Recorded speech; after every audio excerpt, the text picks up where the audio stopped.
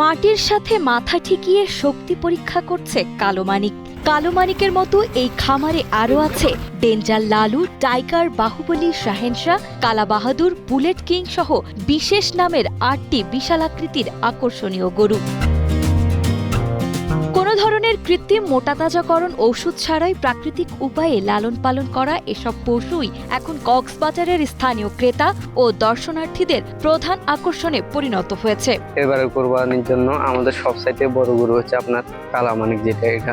তো একে আমরা অনেক আদর যত্ন করিয়ে তুলছি, বাট একে আমার মনে করেন আমার পরিবারের মতনে, বা আমি একে অনেক যত্ন করি। তো এবার আমার অনেক কষ্ট লাগতেছে যে এবার কোরবানি একে তো বিক্রি করে দিব।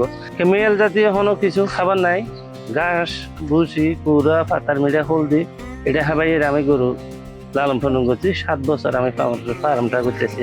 কোনো মেডিসিন নাই, কোনো খরচ জাতীয় জিনিস খাবার গরু বড় করে নাই। অনেক মানুষ আইয়ে তার গরু কক্সবাজার শহরের ১ নং ওয়ার্ড কেন্দ্রীয় জামে মসজিদের পাশেই অবস্থিত মায়ের দোয়া ডেইরি ফার্ম। এই খামারের সবচেয়ে বড় আকর্ষণ হলো কালো মানিক। ১৬ ফুট দৈর্ঘ্য এবং ২২ মণ ওজনের এই বিশালদেহী ষাঁড়ের দাম হাঁকানো হয়েছে ৮ লাখ টাকা। খামারি ও শ্রমিকরা সারা বছর ঘাস, ভুসি ও খোল খাইয়ে স্বাস্থ্যসম্মত পরিবেশে কালো মানিক সহ এসব পশু বড় করেছেন। বর্তমানে এই আকর্ষণীয় গরুগুলোর দাম ২ থেকে ৮ লাখ টাকার মধ্যে ওঠানামা করছে এবং এরই মধ্যে অনেকে কাঙ্ক্ষিত দাম হাঁকতে শুরু করেছেন। কোরবানির জন্য ৪০-৫০টা মতো বছর আল্লাহ দিলে বেশি শাহিওয়াল ১২টা, তারপর অস্ট্রেলিয়ার ৪টা, দাপসি 15টা, দেশি ৮টা, এরকম বাইলে স্যার আইটেমের মিলে গেলে ৪০টা মতো রেডি করছে আর কি। খালা মালিক লাগছি বড়, এটার দাম হয়েছে ৮ লাখ টাকা। আমার সর্বনিম্ন ২.৫ লাখ টাকা হইতে লইয়ে ৮ লাখ টাকা পর্যন্ত দাম আছে। আর বড় সব গরু বড় গরু। তবে সীমান্ত দিয়ে মায়ানমার থেকে চোরাই পথে গরু আসার ঘটনায় উদ্বেগ প্রকাশ করেছে সংশ্লিষ্টরা। এতে দেশীয় খামারিরা আর্থিক ক্ষতির সম্মুখীন হওয়ার পাশাপাশি গবাদি পশুর মধ্যে সংক্রামক ব্যাধি ছড়িয়ে পড়ার ঝুঁকিও তৈরি হয়েছে। পশুর স্বাস্থ্য সুরক্ষা নিশ্চিত করতে জেলায় ২৭টি মেডিকেল টিম কাজ করছে বলে জানিয়েছেন উপজেলা প্রাণী সম্পদ কর্মকর্তা ডাক্তার মোহাম্মদ মাহবুবুর রহমান। কক্সবাজার সদরে গরুর শর্টেজ নাই, যে বার্মিজ গরু আসে আমাদের এখানে।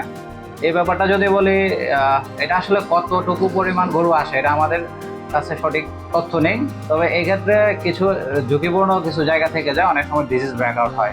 বিশেষ করে এফএমডির ক্ষেত্রে যদি বলি, মানে ফুড অ্যান্ড মাউথ ডিজিজ একটা আছে। তো এটা আমাদের একটা চ্যালেঞ্জ।